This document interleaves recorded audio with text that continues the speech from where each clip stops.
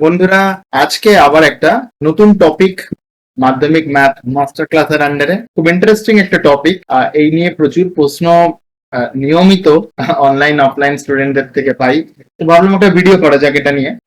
টপিকটা অলরেডি তোমরা দেখে ফেলেছো, সেটা হচ্ছে টিপস ফর স্কোরিং 100% মার্ক, মানে ফুল মার্ক। আচ্ছা, তাহলে কি সবাই ফুল মার্কস পাবো? দেখো, এটা তো একটা আমাদের জার্নি। আমরা এই জার্নির অনেকে খুব কাছে আছি, অনেকে হয়তো একটু দূরে আছি, অনেককে আরেকটু বেশি চেষ্টা করতে হবে। এই পুরো জার্নিটায় যেতে গেলে কিছু টিপস যেগুলো মাথায় রাখলে তোমাদের কিন্তু এটা সহজ হবে। তো আসো একটু পথ একসাথে হাঁটা যাক। কিছু টিপস এলোমেলো করে ছড়িয়ে থাকা টিপস একসাথে এক জায়গায় এনে একটু ডিসকাস করা যাক। আর এর বাইরেও আরো টিপস থাকতে পারে, যদি তোমাদের কিছু মাথায় আসে প্লিজ কমেন্ট করে জানিও নিচে। তবে মোটামুটি ভাবে এই জার্নিটাই ইম্পর্টেন্ট। এই জার্নিটাই দেখবে যদি তুমি মজা করে এগোতে পারো, তাহলে কিন্তু এই মাইলস্টোন গুলো কোথাও গিয়ে পাওয়া না পাওয়ার সাথে সাকসেসটা লিঙ্ক হয় না। তখন এই হাঁটাটাই ভাল লাগে, এই জার্নিটাই ভাল লাগে, তাই তো? তো আমরা এই টপিকটাকে একটু কয়েকটা পার্টে ভেঙে নেব, তাহলে তোমাদেরও সুবিধা হবে। তো আবার সেই প্রশ্ন, খাতা পেন নিয়ে নিশ্চয়ই বসেছো, না হলে পজ করো, তাড়াতাড়ি একটা খাতা পেন নিয়ে আসো।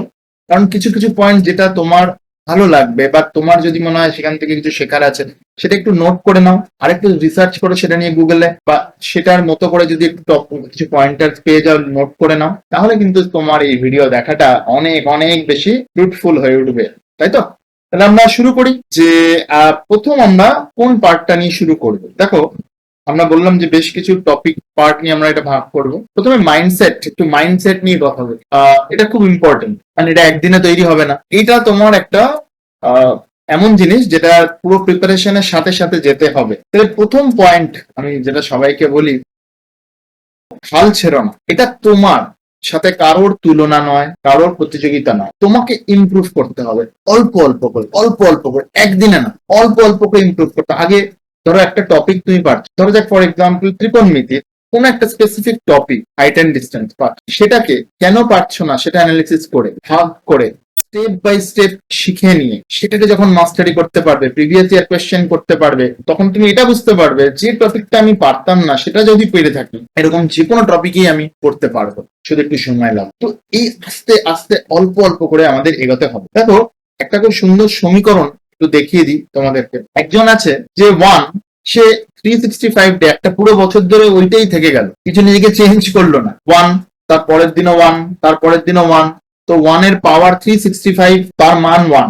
সে আর নিজেকে পাল্টালো না, সে একই জায়গায় থেকে গেল। কিন্তু তার জায়গায় তার একজন বন্ধু, তুমি নিজেকে রাখতে পারো সেই জায়গায়। একটু 1%, 100 ভাগের 1 ভাগ, অল্প একটু যদি প্রত্যেক দিন চেঞ্জ করো, কি হতে পারে জানো কি? এটা খুব ইম্পর্টেন্ট একটা ইকুয়েশন। দেখো, 1.01 অর্থাৎ 1% করে যদি রোজ চেঞ্জ হয়, তার পাওয়ারে 365 যদি করো 37.78, তার মানে বুঝতে পারছো যে এইখানে যেটা ওয়ান ছিল সেটা 37.78 হয়ে গেল। অর্থাৎ এত গুণ তুমি ইমপ্রুভ করলে শেষে গিয়ে, 1 বছরের শেষে গিয়ে।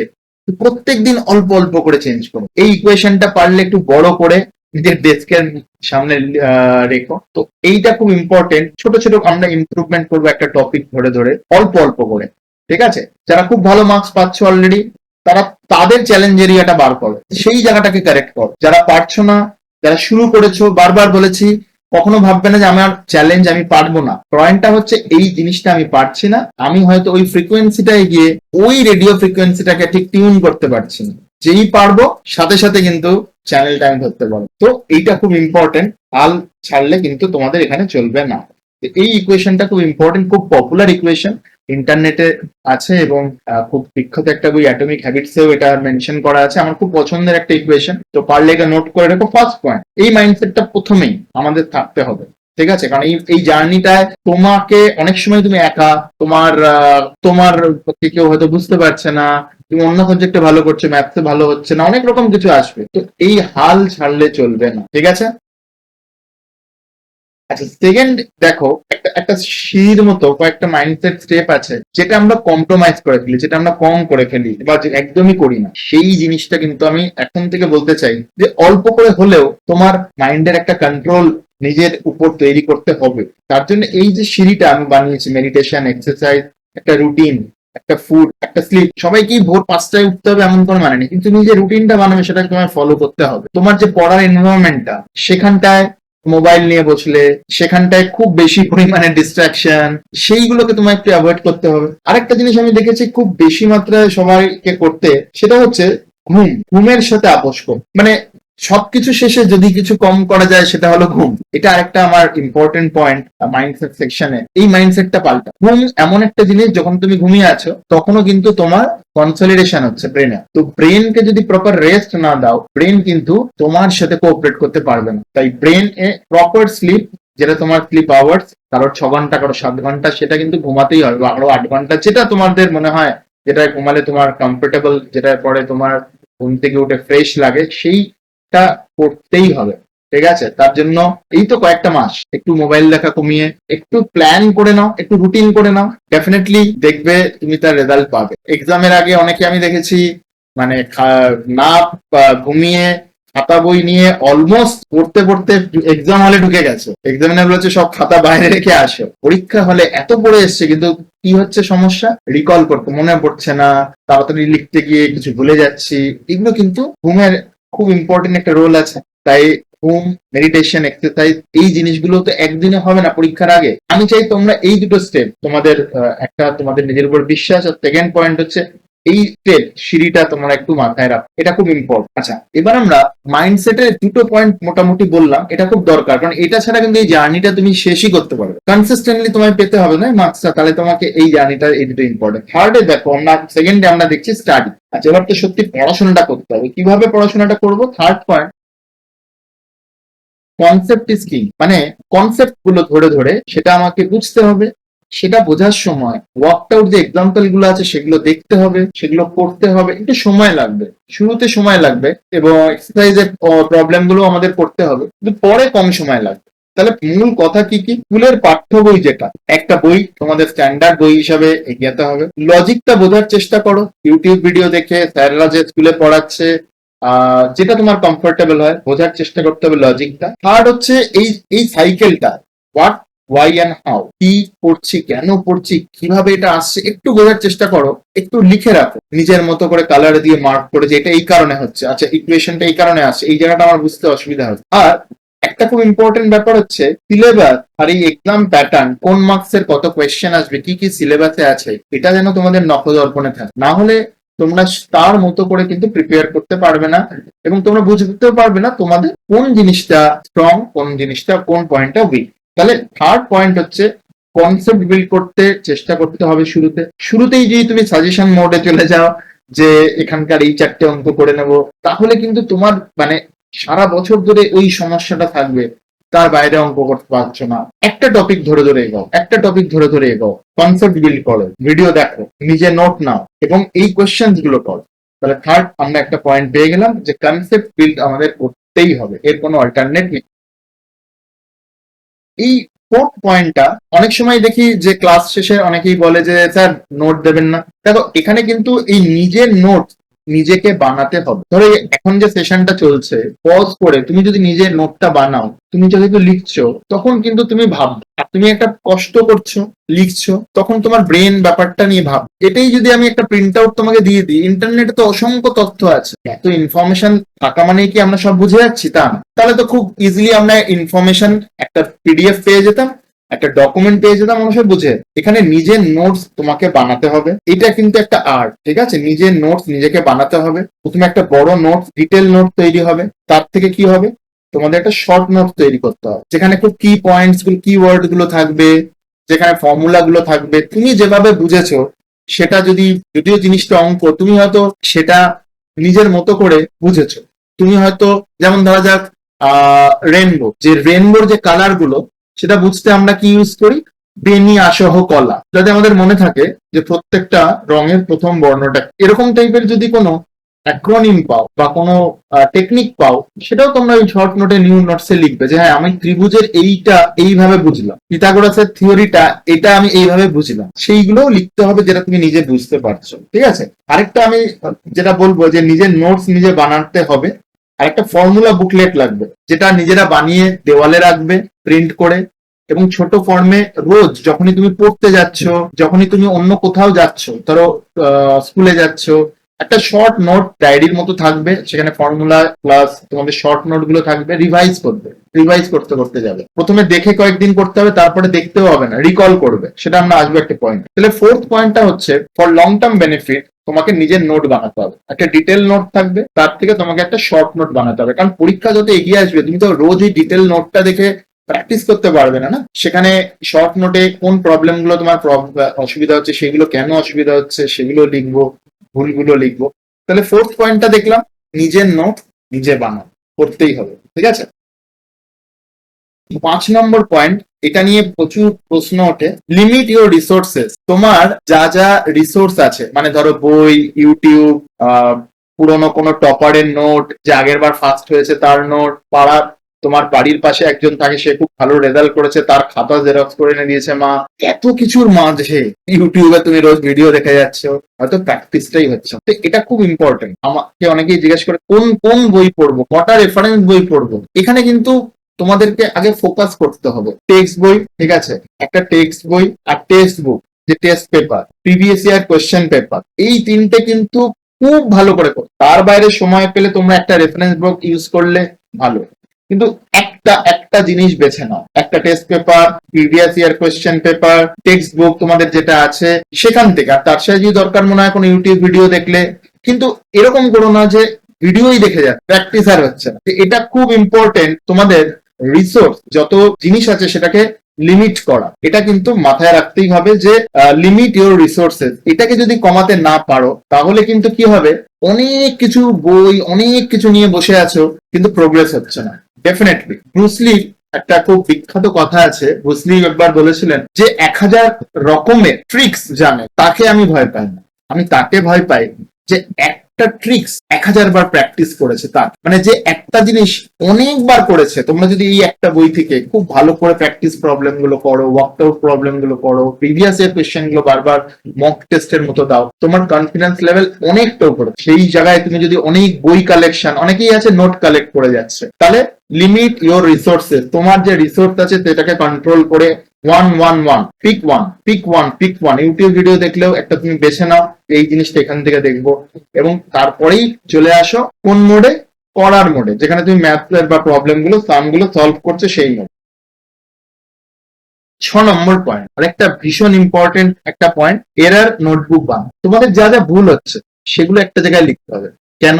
রিভিশনের জন্য। যে প্রবলেম গুলো বারবার ভুল করো তার একটা প্যাটার্ন আছে। কেউ হয়তো যখন কোনো বীজগণিতের অঙ্কে ক্যালকুলেশন এক বিশেষ ধরনের ভুল হয়, কেউ হয়তো যখন লেখো ভেদ ধ্রুবক, সেটা কি সেটা লেখো না, কেউ কারোর হয়তো অন্য ধরনের সমস্যা, যখন অঙ্ক টুকতে গিয়ে কপি করতে গিয়ে ভুল হয়, কোয়েশ্চেন পেপার থেকে কপি করতে গিয়ে ভুল হয়। এরার নোটবুক বানাও, এটা কিন্তু ভীষণ ইম্পর্টেন্ট। কিসের এরার?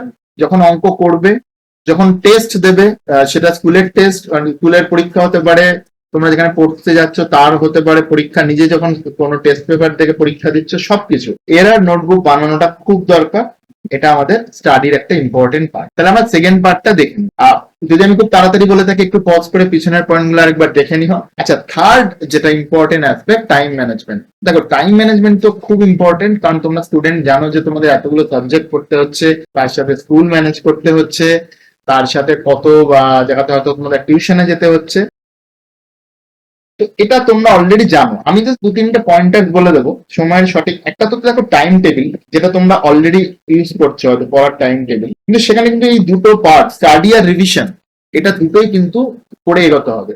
অনেকেই আছে নতুন টপিক পড়ে যাচ্ছে কিন্তু রিভিশন করছে, তার কি সমস্যা আমরা দেখবো আজকে একটা পয়েন্টে। কিন্তু সময় সঠিক ব্যবহার করা খুব দরকার। কিরকম? যে একটা টাইম টেবিল বানানো, সেই টাইম টেবিল অনুযায়ী পড়তে বসা, রিভিশন দেওয়া, খেলা, সবকিছুই রাখতে হবে। কিন্তু একদম পুরোপুরি যদি সারাক্ষণ তুমি মানে পড়ার প্ল্যান করো, তাহলে সেই এফেক্টিভনেস পড়ার কিন্তু কমবে। এইবার আমরা দেখবো সময় ধরে উত্তর লেখা। এইটা কিন্তু তুমি যত প্র্যাকটিস করো, আলটিমেটলি ওই যে 3 ঘন্টা, ওই যে একটা সাদা খাতা তোমায় দিল, তুমি লিখতে শুরু করলে এবং সেটা সাবমিট করলে, সেইটাই কিন্তু মানে এটা প্রমাণ করবে যে তুমি কি পড়েছো, কতটা পড়েছো। তাহলে এই যে উত্তর লেখার প্র্যাকটিসটা আমাদের খুব করতে হবে। ফাইনাল এক্সামের আগে আমরা অনেকবার ওই প্রসেসটা করব, অনেকবার উত্তর লিখবো। কিভাবে করব এটা একটু দেখে নাও। দেখো একটা জিনিস আমি একটা চার্ট মতো এখানে বানিয়েছি, একটা তোমাদের একটু কনসেপ্টটা বোঝানোর জন্য একটু বলে দিই। দেখো তোমাদের পরীক্ষায় 180 মিনিট আছে, তার মধ্যে 15 মিনিট, শেষের 15 মিনিট তোমরা ধরে নাও তোমরা রিভিশন দেবে মানে ওই 15 মিনিটে কোনো কিছু মিস হলো কিনা, খাতা বাঁধতে হবে, ওই 15 মিনিট তুমি আর মানে ধরতে পারো না তোমার হিসাব। তো এই 165 মিনিটে তোমাকে 90 নম্বর আনসার করতে হবে। তো তুমি যদি এটা দেখো এই 165/90 করে মোটামুটি 1.83 এই অ্যারাউন্ডে একটা ভ্যালু আসছে। তো এক একটা মার্কস এর জন্য তুমি এই 1.83 মিনিট করে টাইম পাবে। তাহলে তোমাকে এইটা মাথায় রাখতে হবে। এবার মাথায় রাখবে মানে কি সারাক্ষণ 1.83 নাম্বারটা দেখবে না, মোটামুটি একটা রাফ এস্টিমেট আমি এখানে করেছি। ধরো আহ পাঁচ পাঁচ টোটাল 5টা কোয়েশ্চেন সলভ করছে, প্রত্যেকটা 1 মার্কস করে 5টা কোয়েশ্চেন তোমরা সলভ করছো। তাহলে 5টা কোয়েশ্চেন সলভ করতে গেলে তোমাদের কত টাইম লাগতে পারে? 5 × 1.8 রাফলি 9 মিনিট টাইম লাগতে পারে, তাই তো? এবার এই 9 মিনিট টাইম মানে মোটামুটি 10 মিনিট এখানে লিখে। তাহলে যখন বাড়িতে একটা টেস্ট পেপার খুললে 5টা কোয়েশ্চেন নিলে সলভ করার চেষ্টা করলে, তখন তোমার টাইমার কিন্তু অন থাকবে। উইদাউট টাইমার তুমি সলভ করবে, তখন তোমার টার্গেট হবে এই 5টা কোয়েশ্চেন, ধরো যে ফিল ইন দ্য ব্ল্যাঙ্কসটা খালি করছে 10 মিনিটে করতে পারছে কিনা। তো আমি প্রত্যেকটা সেকশনের একটা অ্যাপ্রক্সিমেট টাইম ক্যালকুলেট করে এখানে লিখেছি, তোমরা নিজেদের মতো করে ক্যালকুলেট করতে পারো। তো এটা বোঝানো, এটার মানে যেটা বোঝাতে চাইছি, প্রত্যেকটা সবসময় তো একটা বড় টেস্ট দেওয়া সম্ভব না। তোমরা মাঝে মাঝে হয়তো শুধু অতি সংক্ষিপ্ত প্রশ্নগুলো নিয়ে তোমরা টেস্ট দিচ্ছ, তখনও যত মার্কসের টেস্ট দিচ্ছ কত টাইম লাগা উচিত সেই ক্যালকুলেশনটা করতেই হবে, তাহলে কিন্তু তোমার ওই টাইম ট্র্যাকিংটা খুব ভালো হবে। আমি একটা একটা এস্টিমেশন দিয়েছি, তোমরা একটু দেখো প্রত্যেক সেকশনে, যাতে 165 মিনিটে মোটামুটি মিনিট 15-20 আগে এক্সামটা শেষ হয়, তার একটা প্ল্যান। তো এটা খুব ইম্পর্টেন্ট। চলে যাই নেক্সট পয়েন্টে, ফোর্থ এরিয়া প্র্যাকটিস।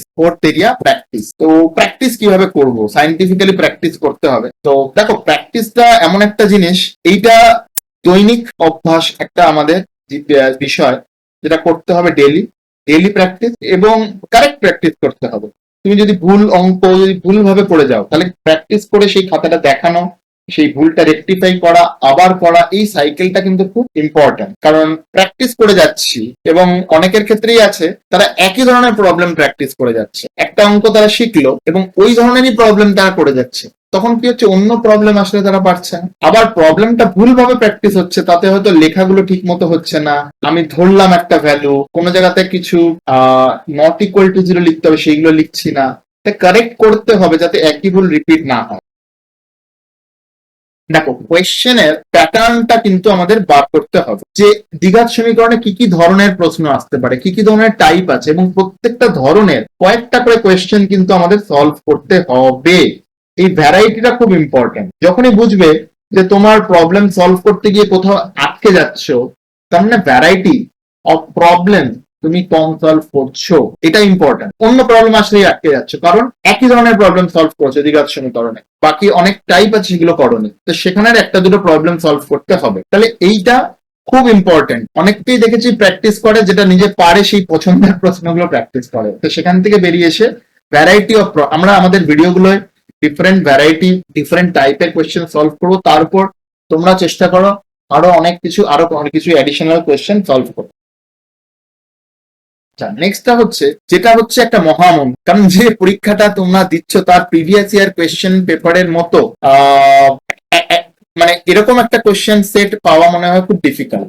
এই প্রিভিয়াস ইয়ার কোয়েশ্চেন পেপারটা খুব বেশি ভাবে প্র্যাকটিস করতে হবে, এবং এক্সাম কন্ডিশনে, এটা আমি বারবার বলতে চাইছি। একটা দুটো প্রবলেম সলভ করে ফেললাম, 2 লাইন করে ভাবলাম ও পারবো, এইরকম করলে কিন্তু তোমার টাইম আর পারফেকশন, এই দুটো প্যারামিটার একসাথে যাবেন। যখন প্র্যাকটিস করবে পুরো অঙ্কটা পরীক্ষা হলে যেভাবে লিখে প্র্যাকটিস করবে, যেভাবে করে সলভ করবে সেভাবে প্র্যাকটিস করতে হবে। আর প্রিভিয়াস ইয়ার পেপার গুলোকে আজ আ মডেল পেপার 3 ঘন্টা বাড়িতে সময় দিয়ে, যে সময় পরীক্ষা হয় ধরো সেই সময় তোমায় পরীক্ষাটা দিতে হবে এবং কারেক্ট করাতে হবে স্যারকে দিয়ে। তাহলে তুমি কিন্তু বুঝতে পারবে যে তুমি অ্যাকচুয়ালি পরীক্ষা হলে কিরকম ভাবে পারফর্ম করতে পারছো। তাহলে প্রিভিয়াস ইয়ার কোয়েশ্চেন পেপার, আগের বছরের যে প্রশ্নপত্রগুলো, অ্যাটলিস্ট 7-8 বছরের পুরনো প্রশ্নপত্র তোমরা মডেল পেপার হিসেবে ইউজ করবে, পরীক্ষা দেবে, মানে এটা কিন্তু করতেই হবে, ঠিক আছে? আরেকটা কনসেপ্ট কি প্র্যাকটিসের পার্টিশনে, দেখো রং কোয়েশ্চেন যেটা তোমাদের ভুল হচ্ছে, যেগুলো তোমাদের যে প্রশ্নগুলো ভুল হয়েছে ধরো, ঠিক আছে, যেটা করতে পারোনি, সেগুলো অ্যাটলিস্ট যখনই ভুল হচ্ছে চেষ্টা করো একই সপ্তাহের মধ্যে 3 বার অ্যাটলিস্ট ওটা প্র্যাকটিস করো, আর কনসেপ্টটা ক্লিয়ার করো কেন ভুল হয়েছিল। ধরো আজকে ওই কেন প্রবলেমটা একবার করলে বোঝার চেষ্টা করো, আবার 2 দিন পরে ওই প্রবলেমটা একটা খাতায় লিখে রাখো যে কোন প্রবলেম গুলো ভুল হচ্ছে, আবার নিজের থেকে করার চেষ্টা করো, দেখো ওটা পারছো কিনা একবারে। যদি না পারো তার মানে কনসেপ্ট ক্লিয়ার হয়। এবং ম্যাথের যে ট্রিকি কোয়েশ্চেন যেগুলো তোমার ভুল হয় বা তুমি করতে পারো কিন্তু একটু ট্রিকি, মানে ওই রকম যে কোয়েশ্চেন্স গুলো তুমি যেভাবে সলভ করেছো তার একটা নোটবুকে যদি এই কোয়েশ্চেন গুলো লিখে রাখো, তাহলে কিন্তু ম্যাথসেও রিভিশনে খুব হেল্প হবে। এক্সামের আগে ওগুলোই যদি দেখে যেতে পারো, কারণ যেগুলো নর্মাল সহজ অঙ্ক যেগুলো তুমি পেরেছো সেটা পারবে, ট্রিকি অঙ্কগুলো যত বেশি রিভিশন দেবে তত দেখবে খুব ইজিয়ার হয়ে যাচ্ছে এই জার্নিটা। এইবার আসছি সেই এতবার অনেকবারই বলেছি রিভিশনের কথা। রিভিশনটা কি, রিভিশনটা কিভাবে করবো, তাই তো? রিভিশন কিভাবে করব এটা খুব ইম্পর্টেন্ট, কারণ ম্যাথসটা যেমন প্র্যাকটিস করতে হবে এবং আমাদের ভুলগুলোকে রিভাইজ করতে হবে, আবার প্র্যাকটিস করতে হবে, পরীক্ষার আগে দেখে যেতে হবে। তো তো আমরা দেখি রিভিশনে এটা খুব ইম্পর্টেন্ট একটা কার্ভ। সংক্ষেপে একটু বলে দিই, আমরা যা পড়ি, যেটা পড়তে শুরু করি, সেটা ধরো 100% আমরা পড়তে শুরু করলাম, যত সময় যায় ইমিডিয়েটলি পড়লাম, তারপরে 20 দিন যাচ্ছে, মাস যাচ্ছে, আমরা কিন্তু আস্তে আস্তে ওটা ভুলতে থাকবো। কিছু একটা খুব পড়লে এখন তোমার মনে হচ্ছে অনেকটা মনে আছে, সময়ের সাথে 2 মাস 3 মাস পরে আসো, দেখো ওই জিনিসটা অলমোস্ট মনে হচ্ছে ভুলেই গেছি, খুব খাপছাড়া ভাবে কিছু জিনিস মনে হয়। তো এটাই হচ্ছে ফরগেটিং কার্ভ। আমরা যদি একটা জিনিস পড়ি সেটা সময়ের সাথে সাথে আমরা ভুলতে থাকি, কারণ এটাও কিন্তু ব্রেনের একটা মেকানিজম। আমরা যদি সবকিছু মনে রাখতাম তাহলে আমরা পাগল হয়ে যেতাম, তাই না? আস্তে আস্তে আমরা জিনিস ভুলেও যাই, সেটাও ব্রেনের একটা পার্ট।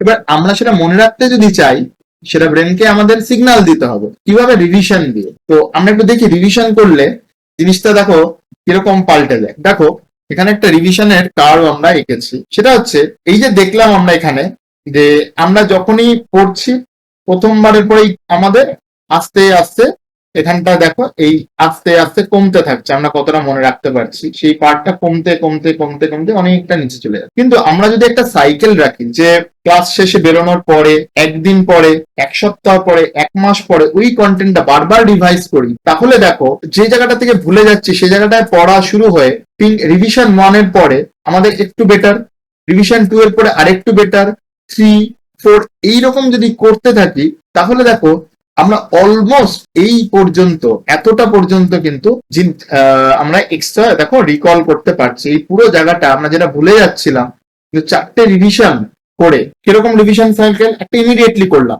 ক্লাস করে বেরোলে, ম্যাথস ক্লাস করে দেখে নিলে কি কি পড়িয়েছে এক জায়গায়, একবার রিভিশন করলে, 1 দিন পরে পরের দিন সকালে উঠে আরেকবার দেখলে, 1 সপ্তাহ পরে, 1 মাস পরে, এইটা যত তুমি ফ্রিকুয়েন্টলি করতে পারবে তত তোমার রিটেনশনটা অনেক বেটার, পরীক্ষার আগে অনেক কম করতে হবে এবং তুমি দেখবে খুব ন্যাচারালি তুমি জিনিসগুলো রিকল করতে পারো। এই কার্ভটা খুব ইম্পর্টেন্ট এবং এই কার্ভটাকে মেনটেন করার জন্য আমাদের কিছু রিভিশন স্ট্র্যাটেজি আছে। কি রিভিশন স্ট্র্যাটেজি?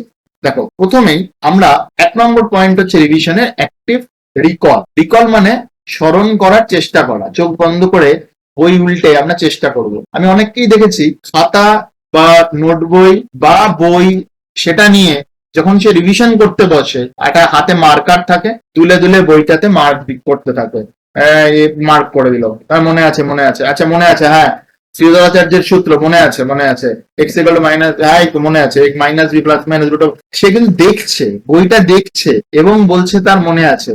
সে এক্সট্রা কি করছে, ওর উপরে নানা রকমের ফ্লুরোসেন্ট, পিঙ্ক, বিভিন্ন মার্কার দিয়ে মার্ক করছে বা কালার পেন দিয়ে মার্ক করছে।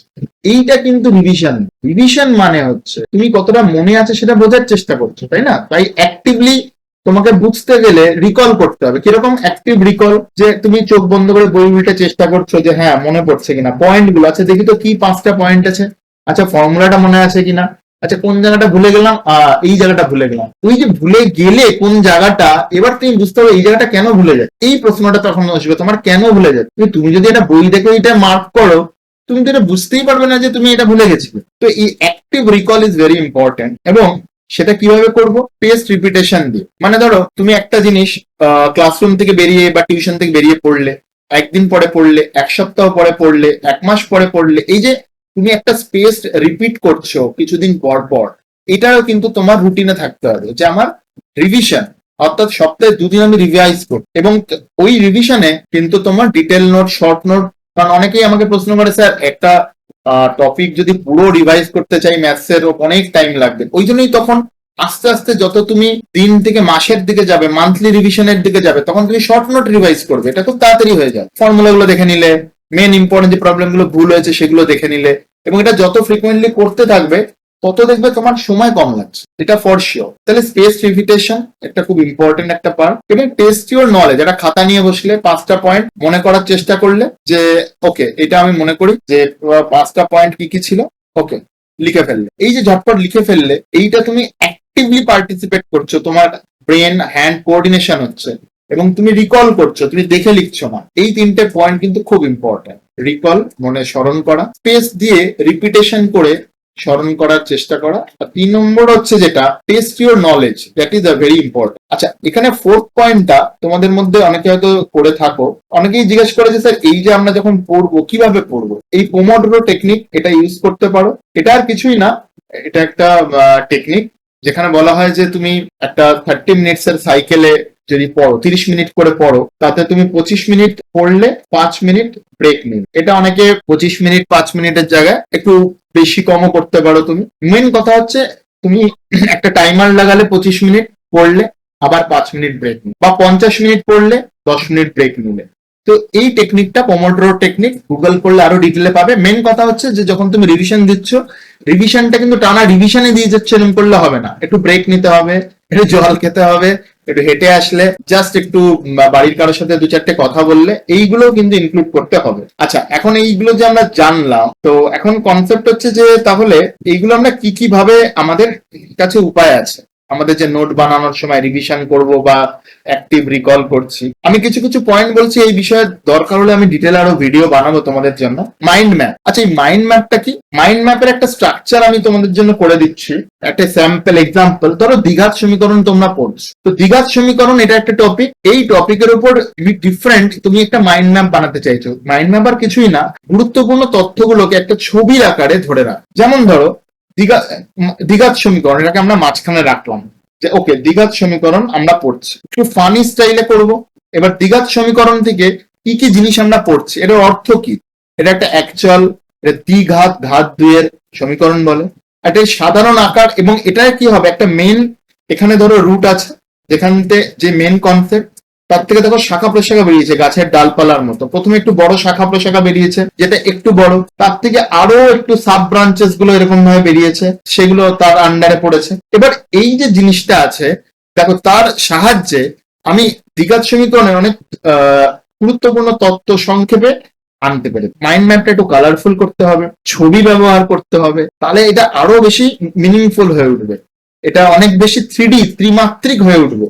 তো আমি একটু স্যাম্পল দিয়েছি এটা তোমাদের জন্য, এই বিষয়ে চাইলে আমরা পরে আরো ভিডিও বানাবো, কিন্তু এটা একটা খুব ইম্পর্টেন্ট টেকনিক। এই যে শর্ট নোট বানাবো কি করে, তো মাইন্ড ম্যাপ একটা ইম্পর্টেন্ট টেকনিক যেটা তোমরা সব ব্যবহার করতে পারো। সেকেন্ড হচ্ছে ফ্ল্যাশ কার্ড। ধরো একটা কার্ড নিলে, সেই কার্ডটার একটা কার্ড নিলে, এক্সাম্পল ধরো দিচ্ছি, একটা কার্ড নিলে এই কার্ডের এক পাশে লিখলে শ্রীধরাচার্যের সূত্র, আরেক পাশে অ্যাকচুয়ালি সূত্রটা লিখলে, মানে রুটটা, যে দুটো রুটের যে ফর্মুলাটা উনি লিখে বার করেছিলেন সেটা লিখে। এবার এই কার্ডটা এক পাশে লেখা থাকবে কোয়েশ্চেনটা, এক পাশে উল্টো দিকে লেখা থাকবে আনসার। তোমার চেষ্টা করতে হবে যে উত্তরটা না দেখে কোয়েশ্চেনটার ক্লু দেখে, মানে শ্রীধরাচার্যের সূত্র এই ক্লুটা দেখে উল্টো পাশে কি লেখা আছে সেটাকে প্রেডিক্ট করা। যদি ঠিকভাবে করতে পারো তাহলে কার্ডটাকে একদিকে রাখবে, আর যদি না পারো তাহলে অন্য দিকে রাখবে। তাহলে যে কার্ডগুলো তুমি পারছো না, তার মানে সেই কার্ডগুলো তোমার সমস্যা, ওই কার্ডগুলোকে আবার নিয়ে আবার রিভাইজ করতে হবে ফ্রিকুয়েন্টলি। তাহলে যে কার্ডগুলো আমরা পারছি না সেগুলো আবার ফ্রিকুয়েন্টলি রিভাইজ করব। আবার যদি ওটা পারতে থাকি তাহলে যে বাকেটটা আমরা সহজ যেটা, তার মধ্যে রেখে দেবো। তাহলে ফ্ল্যাশ কার্ড আমাদের হেল্প করে রিভাইজ করতে বা রিকল করতে, কিন্তু ও ভাগ করে নেয়, যেটা পারছো তার একটা ভাগ, যেটা পারছো না তার আলাদা। যেটা পারছো না সেটাও আবার যখন পারবে সেটা অন্য জায়গায় চলে যাবে। তো এই ফ্ল্যাশ কার্ড একটা খুব ইম্পর্টেন্ট টেকনিক। আরেকটা দুটো ইম্পর্টেন্ট হচ্ছে অডিও নোট। অনেক বিষয়ে আমরা অডিও নোটস, এখন তো তোমাদের সামনে মোবাইল আছে, অনেক কিছু টুলস আছে, তো ইম্পর্টেন্ট ফর্মুলা গুলো, ইম্পর্টেন্ট কিছু টিপস যদি থাকে সেগুলো রেকর্ড কর, শুনতে থাক। সকালবেলা কাজ করছো, ব্রাশ করছো, চালিয়ে দাও, জাস্ট শুনে নাও। ব্রেন ওগুলো আইডেন্টিফাই করবে, আচ্ছা ঠিক আছে এটা মানে ওটা, এটা এটাই ফর্মুলাটা এটা। তো একটা অডিও নোটস এর ইউজ করতে পারো, কোথাও ট্রাভেল করছো তখন ইউজ করতে পারো। সবসময় ইউটিউব ভিডিও বা গান না শুনে একটু মাঝে মাঝে 15 মিনিটস একটু অডিও নোটস শুনে নিলে, নিজের রেকর্ড করা। আচ্ছা, অন্যদের পড়ানোর সুবিধা তোমাদের যদি থাকে, নাথিং লাইক কি তোমার কোনো বন্ধু, তুমি একটা টপিক খুব ভালো করে পড়ো এবং তুমি তাকে শেখাও, আর সে তোমাকে একটা টপিক শেখাও। দেখো, যখন কাউকে শেখাতে হয় তখন কিন্তু সাবজেক্টটা বা টপিকটা গভীরে প্রবেশ করতে হয়, তাই না? ধরো আমি তোমাদের একটা জিনিস বোঝাচ্ছি, তারা কিন্তু ডেফিনেটলি ওই বিষয়টা নিয়ে আমাকেও একটু পড়াশোনা করতে হবে। তেমনি তোমরাও চেষ্টা করো তোমার বন্ধুদের সাথে, পার্টনারের সাথে, তুমি একজন কাউকে শেখালে আর সে আর একটা টপিক তোমাকে শেখায়। আর নিজের তৈরি করা শর্ট নোটস, এর তো কোনো বিকল্প নেই, সেটা আমরা বলেছি যে এইটা করতেই হবে, নিজের তৈরি করা শর্ট নোটস গুলো। এবং এইখানে যখন তুমি করবে, কি কি পদ্ধতি আছে, যেখানে আমরা প্রথম হচ্ছে দেখো, স্ক্যান করতে হবে। মানে একটা যখন আমরা টপিক পড়বো, ক্লাস নোটস আছে, তার সাথে বইটা পড়লাম, মেন মেন ওয়ার্ড গুলো বোল্ড বড় বড় করে দেওয়া আছে, এটাকে আমরা বলতে পারি কি ওয়ার্ড। সেখান থেকে আমরা বুঝতে পারবো না কোন কোন এই গুরুত্বপূর্ণ জিনিসগুলো কি কি, ফর্মুলা গুলো কোথায় কোথায় আছে। তারপরে আমরা একটা সামারি করব, সংক্ষিপ্ত সার, যে এই জিনিসটা মানে এটা। আর ম্যাথসে তো শুধু ফর্মুলায় কনভার্ট হয়ে যাবে সবকিছু, সেটা ফর্মুলা থাকে, একটা উপপাদ্য থাকে, একটা টেক্সট থাকে, একটা ছবি থাকে। অন্য সাবজেক্টের ক্ষেত্রে হলে সামারি করে নেবো। হ্যাঁ, ডায়াগ্রাম, চেষ্টা করে একটা ডায়াগ্রাম, ওখানে কি ডায়াগ্রাম আছে বানাতে। ম্যাথসে প্রচুর ডায়াগ্রাম আছে, আর তার বাইরেও তোমরা ডায়াগ্রাম বানাতে পারো। ট্যাবুলার ফরম্যাটে একটা লিখে রাখো যে আচ্ছা এই ছবি এর মানে এটা, এটা মানে এটা। তো এই জিনিসগুলো, অনেক কালার ইউজ করতে পারলে খুব ভালো, এক একটা এক এক রকম কালার কোডিং থাকো, যেটা তুমি ইজিলি মনে থাকে। ব্লু দিয়ে লেখো, ডিফিকাল্ট টু রিমেম্বার, সেখানে একটা তুমি লাল লাল দিয়ে স্টার মেরে দাও। এরকম বিভিন্ন কালার কোডিং করে রাখলে ওই শর্ট নোটটা রিভাইজ করতে তোমার খুব সুবিধা হবে। আর ইম্পর্টেন্ট ফর্মুলা গুলোকেও এক জায়গায় মার্ক করো, স্টার দাও এবং লিখে লিখে প্র্যাকটিস করো। তাহলে এইটা পুরো রিকল স্ট্র্যাটেজি, এটা কিন্তু খুব ইম্পর্টেন্ট একটা স্ট্র্যাটেজি, যেটা মিস করে যায় সবাই। সব নতুন জিনিস পড়ছি কিন্তু পুরনো জিনিসগুলো যদি রিকল না করতে পারি, তাহলে তার বেনিফিটটা কিন্তু আমরা নিতে পারবো না। এটা একটা খুব ইম্পর্টেন্ট স্ট্র্যাটেজি, এটা আমরা অলরেডি ডিসকাস করেছি মাইন্ড ম্যাপ। আচ্ছা, এইবার আমরা চলে যাই আমাদের লাস্ট সেগমেন্ট, এক্সাম স্ট্র্যাটেজি। তো তার আমাদের স্ট্র্যাটেজি কি হবে? খুব ভ্যালিড একটা প্রশ্ন। তা দেখি তাড়াতাড়ি করে এর কি কি স্ট্র্যাটেজি আমাদের কাছে আছে। একটু বড় করে নি দাঁড়াও, তাহলে তোমাদের পড়তে সুবিধা হবে। হ্যাঁ, দেখো, প্রথম হচ্ছে এই এই অভ্যাসটা খুব ইম্পর্টেন্ট। প্রশ্নই উত্তর, যেহেতু প্রশ্নের মধ্যেই তো উত্তর লুকিয়ে থাকে, উত্তর তো বাইরে থেকে আসবে না, ওই ডেটা ওই পয়েন্ট গুলো নিয়ে করতে হবে। প্রশ্ন ভালো করে পড়ো, প্রায় চেনা প্রশ্ন ও জানি, প্রায় না, পরীক্ষা হলে প্রশ্ন পড়তে হবে, প্রশ্ন পড়ার অভ্যাস তৈরি করো, 1 নম্বর। ঠিক আছে, 2 নম্বর হচ্ছে, অনেককেই দেখেছি যখন বাড়িতে প্র্যাকটিস করে লাইন টানা খাতায় লিখছে, অথচ পরীক্ষা হবে হয়তো সাদা খাতা। তো পরীক্ষা যে খাতায় হবে, প্র্যাকটিস কিন্তু তোমায় সেই খাতাতেই করতে হবে। সেটা বাড়ির প্রবলেম প্র্যাকটিস হোক, বা তুমি যখন মক টেস্ট দিচ্ছ সেটাতে, ছোট ছোট জিনিস কিন্তু এগুলো খুব ইম্পর্টেন্ট। ওইখানে গিয়ে আমরা চাই না এক্সাম দিনের জন্য কিছু ফেলে না, সবকিছু প্র্যাকটিস করে যেতে হবে, একই কন্ডিশন। 3 নম্বর, আচ্ছা, এই যে নিজের এক্সাম কিট নিজে রেডি রাখো। মানে তুমি যে ধরো পেন্সিল বক্স, যে জ্যামিতি বক্স, যে পেন পেন্সিলে পরীক্ষা দাও, সেইটা নিজের কাছে রেডি রাখতে হবে। সেটা দিয়ে তুমি মক টেস্ট যেরকম দিচ্ছ এবং ফাইনাল টেস্টেও যাবে, কিন্তু একদম নতুন পেন নতুন পেন্সিল নিয়ে যাবে না। অনেকেই আছে যে বা একদম নতুন পেন পেয়েছে গিফটেড, সেটা রেখে দিয়েছে যে এইটা এই পরীক্ষা দিতে যাব, এটা দিলেই খুব ভালো রেজাল্ট হবে হয়তো। না, প্রত্যেকটা পেন যখন শুরুতে লেখো তখন দেখবে একটুখানি কালি পড়তে একটু টাইম নেয়, একটু স্মুথ হতে একটু টাইম নেয়।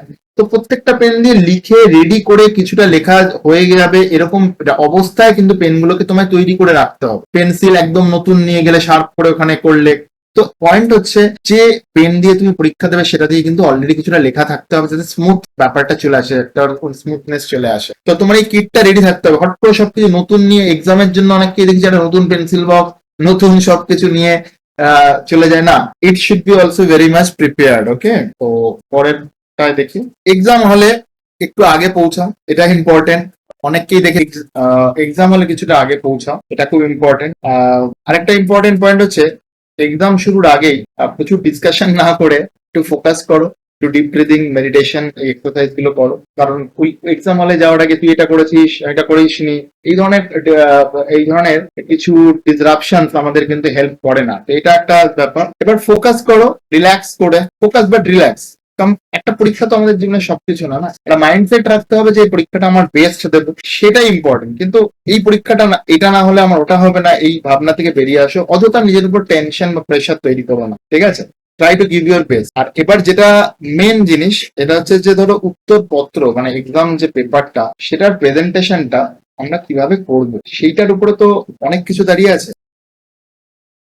তাই এইটা আমরা কিভাবে করতে পারি, তো এটা আমরা একটু দেখি। দেখো, তোমার ফার্স্ট ইমপ্রেশনটা যখন ক্রিয়েট হবে এক্সামিনারের সাথে, সেটা তোমার খাতার মধ্যে দিয়ে, তাই না? সে তো তিনি তোমাকে দেখতে পাচ্ছেন না, তুমিও পারছে না। তো তোমার ফার্স্ট ইমপ্রেশনটা তোমার এই খাতার মধ্যে দিয়ে হবে, এবং সেটা ক্রিয়েট করার জন্য কিন্তু তুমি সেকেন্ড চান্স পাবে না। এই ফার্স্ট ইমপ্রেশনটা ফার্স্ট টাইমে তৈরি করতে হবে। তো প্রেজেন্টেশনটা ম্যাটার। এবার দেখো, তুমি যদি ধরো তুমি টিচার করবে, তুমি যদি এক্সামিনার হতে, তাহলে কি হতো? তুমি কিরকম খাতা পছন্দ করতো?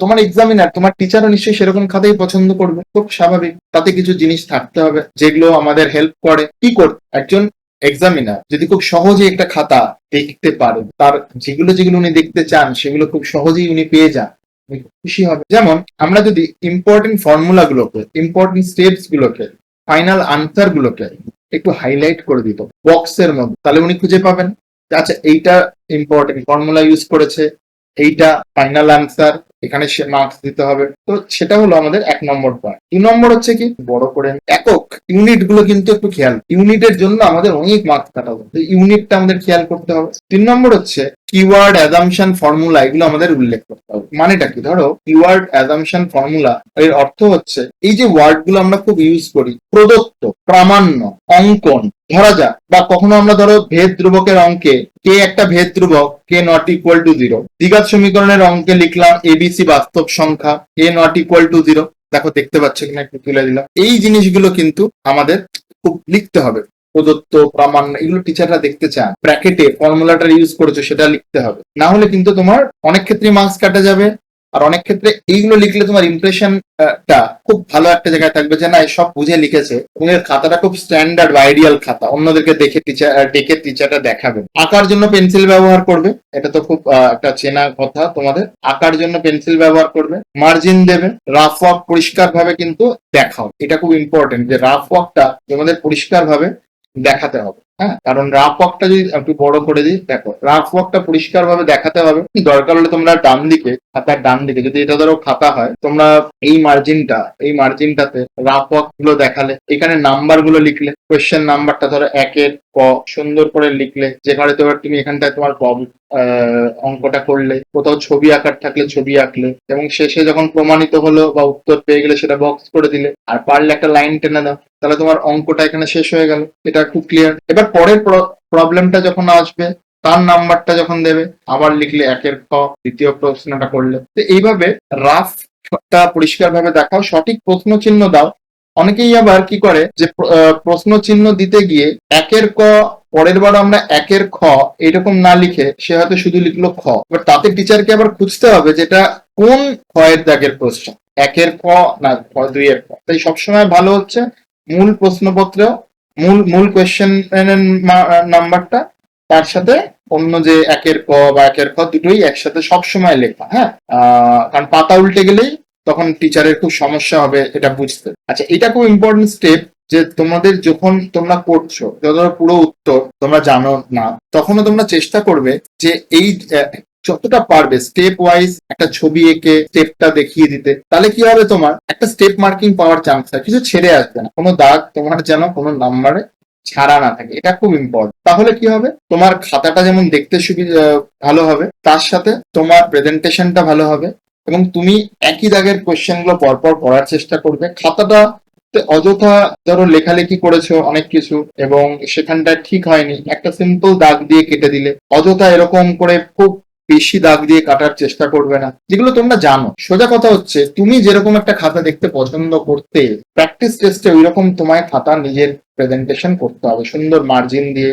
প্রবলেম কোথাও যে ফর্মুলা গুলো লিখছো, কিছু ধরলে প্রদত্ত শর্ত, ধরা যাক এ নট ইকুয়াল টু 0 যেখানে লিখতে হবে, কোনো ফর্মুলা ইউজ করলে, এই পুরো জিনিসগুলো আমাদের লিখতে হবে একটা ফার্স্ট ইমপ্রেশন ক্রিয়েট করার জন্য। তাহলে এইগুলো হলো আমাদের বেসিক জিনিস যেগুলো আমরা দেখলাম।